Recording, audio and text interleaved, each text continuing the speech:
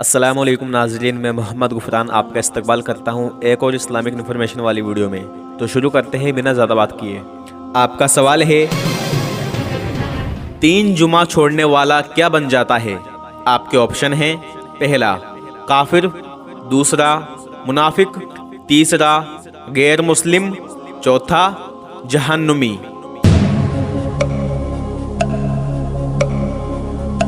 इसका सही जवाब है, अगर कोई मुसलमान सुस्ती की वजह से बिना किसी मजबूरी के लगातार 3 जुमे छोड़ दे तो वो अपने इस अमल की वजह से मुनाफिकों में से हो जाता है। मुनाफिक 2 तरह के होते हैं, एक तो वो जो ऊपर से तो मुसलमान हो लेकिन अंदर से काफिर हो, वह असली मुनाफिक है। और एक मुनाफिक वो होता है जो ईमान वाला हो लेकिन उसके काम काफिरों वाले हों। ऐसे शख्स के लिए सख्त अजाब है और वो दुनिया में भी रुस्वा है और क़यामत के दिन भी गमगीन होगा। जामे तिर्मिज़ी में हदीस है, अल्लाह के रसूल सल्लल्लाहु अलैहि वसल्लम ने इरशाद फरमाया, जिसने सुस्ती की वजह से बिना किसी उज़्र के मुसलसल 3 जुमे छोड़ दिए, अल्लाह ताला उसके दिल पर मोहर लगा देता है। उलमा हज़रात फरमाते हैं कि यहाँ पर जिस मोहर का इशारा हुआ है उसके बारे में कुरान में आयत है, सूरह बकरा सूरह नंबर 2 आयत नंबर 18 में, जिसका तर्जुमा है, यह बहरे हैं और गूंगे हैं, अंधे हैं कि किसी तरह सीधे रास्ते की तरफ लौट ही नहीं सकते। 3 जुमा छोड़ देना कितनी बड़ी बात है, इसको बताने के लिए कुछ हदीसें और सुने। इब्ने खुज़ैमा और इब्ने हब्बान में रिवायत है कि अगर कोई मुसलमान सुस्ती की वजह से बिला उज़्र लगातार 3 जुमे छोड़ देता है तो वो मुनाफिकों में से हो जाता है। इस हदीस में आगे हज़रत इमाम शाफी रहमतुल्लाह रिवायत फरमाते हैं कि जिसने सुस्ती की वजह से लगातार 3 जुम्मे छोड़ दिए तो उसका नाम मुनाफिकों में लिख दिया जाता है। यानी जिस किताब में मुनाफिकों का नाम होता है उस किताब में उसका नाम लिख दिया जाता है। हज़रत अब्दुल्लाह इब्ने अब्बास रज़ियल्लाहु अन्हु से रिवायत है कि अल्लाह के रसूल ने फरमाया, जिसने सुस्ती की वजह से लगातार 3 जुम्मे छोड़ दिए तो गोया उसने इस्लाम को अपनी पीठ के पीछे फेंक दिया। जुमे की नमाज को छोड़ देना कितना बड़ा गुनाह है, इस बात का अंदाज़ा आप इन सारी हदीसों से लगा सकते हैं। इब्ने माजा में जाबिर रज़ियल्लाहु अन्हु से रिवायत है, जिसका आखिरी हिस्सा ये है कि रसूलुल्लाह सल्लल्लाहु अलैहि वसल्लम ने इरशाद फरमाया कि मेरी हयात में या मेरे दुनिया से पर्दा फरमाने के बाद अगर कोई मुसलमान जुमे को हल्का जानकर हमेशा के लिए छोड़ दे या उसका इनकार कर दे तो उस इंसान की ना तो नमाज कबूल है, ना रोज़ा कबूल है, ना हज कबूल है, ना ज़कात कबूल है और ना ही कोई नेकी कबूल है। कब तक? जब तक वो अल्लाह से तौबा ना कर ले। तौबा करने के बाद ही अल्लाह ताला उसकी इबादत कबूल फरमाएगा। जुमे के एतबार से मैंने यह सारी हदीसें आपको बताई। कुछ लोग सोचते हैं कि एक जुमे से दूसरे जुमे के बीच सब गलत काम कर लो और जुमा पढ़कर वो सारे गुनाह माफ़ हो जाएंगे, क्योंकि हदीस में इस बात का जिक्र है। लेकिन ऐसे लोगों की जानकारी के लिए बता दूं कि पहले पूरी हदीस पढ़ें और बाद में फैसला करें। हदीस में अल्लाह के रसूल ने फरमाया है, अगर कबीरा गुनाहों से बचा जाए तो एक रमज़ान से दूसरा रमज़ान और एक नमाज से दूसरे नमाज के दरमियान के गुनाह माफ़ हो जाते हैं। कबीरा गुनाह यानी सबसे बड़ा गुनाह और शिर्क के बाद सबसे बड़ा गुनाह फ़र्ज नमाज को जानबूझकर छोड़ देना है।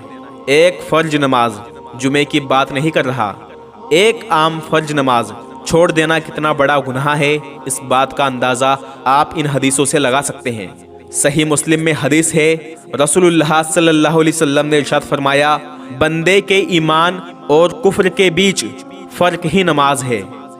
मुसलमान और काफिर के बीच फ़र्क ही नमाज है।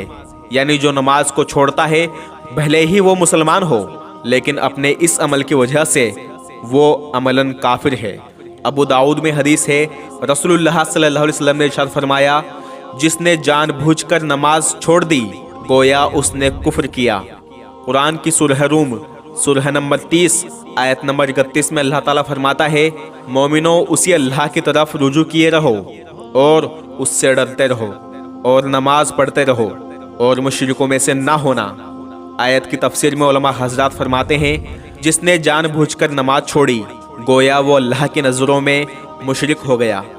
भले ही हिंदुस्तान के राशन कार्ड में उसका नाम मुस्लिम हो, लेकिन कुरान और हदीस के मुताबिक अल्लाह के यहाँ वह अपने इस अमल की वजह से یعنی اپنی سستی کی وجہ سے نماز چھوڑنے پر مشرک اور منافق ہو گیا، اب وہ توبہ کر لے تو اللہ اس کو معاف کر سکتا ہے، ورنہ اس کی کوئی نیکی اللہ کے یہاں قبول نہیں۔ موجودہ وقت کے مسلمان ذلیل اور رسوا کیوں ہیں؟ اس بات کو آپ آسانی سے سمجھ سکتے ہیں اگر آپ اس حدیث کو سمجھ لیں۔ سنن ابن ماجہ میں حدیث ہے کہ ابو درداء رضی اللہ عنہ فرماتے ہیں کہ اللہ کے رسول صلی اللہ علیہ وسلم نے مجھے 3 وصیتیں فرمائی، یعنی 3 باتوں کا حکم دیا۔ نمبر 1، اللہ کے ساتھ کسی کو شریک نہ کرنا، بھلے ہی تمہارے ٹکڑے ٹکڑے کر دیے جائیں یا تمہیں آگ میں جلا دیا جائے۔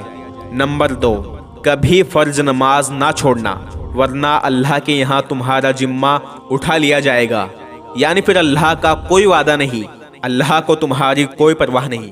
اور نمبر 3، شراب نہ پینا، تمام گناہوں کی چابی شراب ہے۔ آج امت اللہ کو چھوڑ کر غیر اللہ سے دعا مانگ رہی ہے، اور فرض نماز کا تو کوئی پتہ نہیں، اور شراب، جوا، جھوٹ، نشے، زنا عام ہوتے جا رہے ہیں۔ بس یہی وجہ ہے کہ آج ہم مسلمان دنیا میں بھی پریشان ہیں اور کل قیامت کے دن بھی غمگین ہوں گے۔ سنن ابو داؤد میں حدیث ہے کہ قیامت کے دن سب سے پہلے نماز کے بارے میں سوال ہوگا۔